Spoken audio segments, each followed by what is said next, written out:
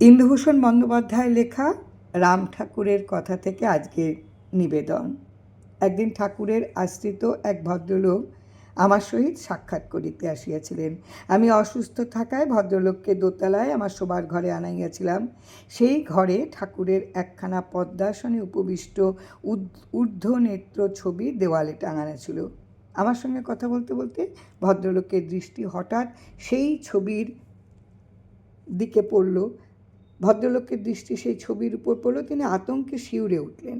ভীতি বিহ্বল কণ্ঠে আমাকে বলিলেন, এ আপনি করিয়াছেন কি? এই ছবি ঘরে রাখিয়াছেন? শীঘ্র সরাইয়া ফেলুন। আমি অতিমাত্রায় বিস্মিত হইয়া তাকে জিজ্ঞাসা করলাম, কেন, কি হইয়াছে? ভদ্রলোক বললেন যে তিনি সকর্ণে ঠাকুরকে বলিতে শুনিয়াছেন যে এই ছবি ঘরে রাখিবে সে নির্বংশ হইয়া যাইবে। ছবিটি সরাইয়া ফেলিতে তিনি পুনরায় আমাকে স্বনির্বন্ধ অনুরোধ জানাইলেন। তাহার এই ব্যগ্রতা দেখিয়া আমি বেশ একটা কৌতুক অনুভব করিতেছিলাম, কিন্তু মনের ভাব চাপিয়া রাখিয়া তাহাকে জিজ্ঞাসা করিলাম, নির্বংশ শব্দে আপনি কি বুঝিয়াছেন? তিনি বলিলেন, নির্বংশ মানে নির্বংশ, ইহার আর বোঝাবুঝির কি? আমি তাকে ঠাকুরের অভিপ্রেত অর্থটা বুঝাইতে চেষ্টা করলাম, কিন্তু তিনি আমার কোনো কথাই শুনিতে চাহিলেন না। অত্যন্ত তাড়াতাড়ি বিদায় লইয়া চলিয়া গেলেন। এই ছবিখানা লইয়া এই প্রকারের বাদানুবাদ আমাকে অনেকের সঙ্গেই করিতে হইয়াছে। কিছুদিন পূর্বে ঠাকুরেরই এক আশ্রিত এক প্রবীণ ভদ্রলোক আমার সেই ঘরে আসিয়াছিলেন। তিনিও এই ছবিটা দেখিয়া তার অতিমাত্রায় বিস্মিত হইলেন। আমাকে জানাইলেন যে এই ছবিখানা তারও ঘরে ছিল।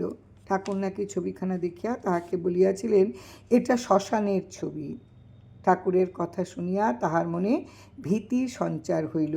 ছবিখানা ঘরে রাখিলে বুঝিবা তাহার গৃহই শ্মশান হইয়া যাইবে। এই ভয়ে ঠাকুরের অনুমতি লইয়া ছবিখানা গঙ্গায় ভাসাইয়া দিয়া আসিলেন। ভদ্রলোক নিতান্ত সরলভাবেই কথাটা আমাকে বলিয়াছিলেন।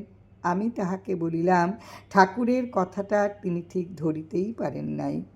সর্বনাশ, নির্বংশ এই দুইটির মতন শ্মশান কথাটিতেও বাসনার মূল উৎপাটন অর্থেই বুঝিতে হইবে। হৃদয়ে শ্মশান না হইলে শ্মশানবাসীর নৃত্য সেখানে হয় না।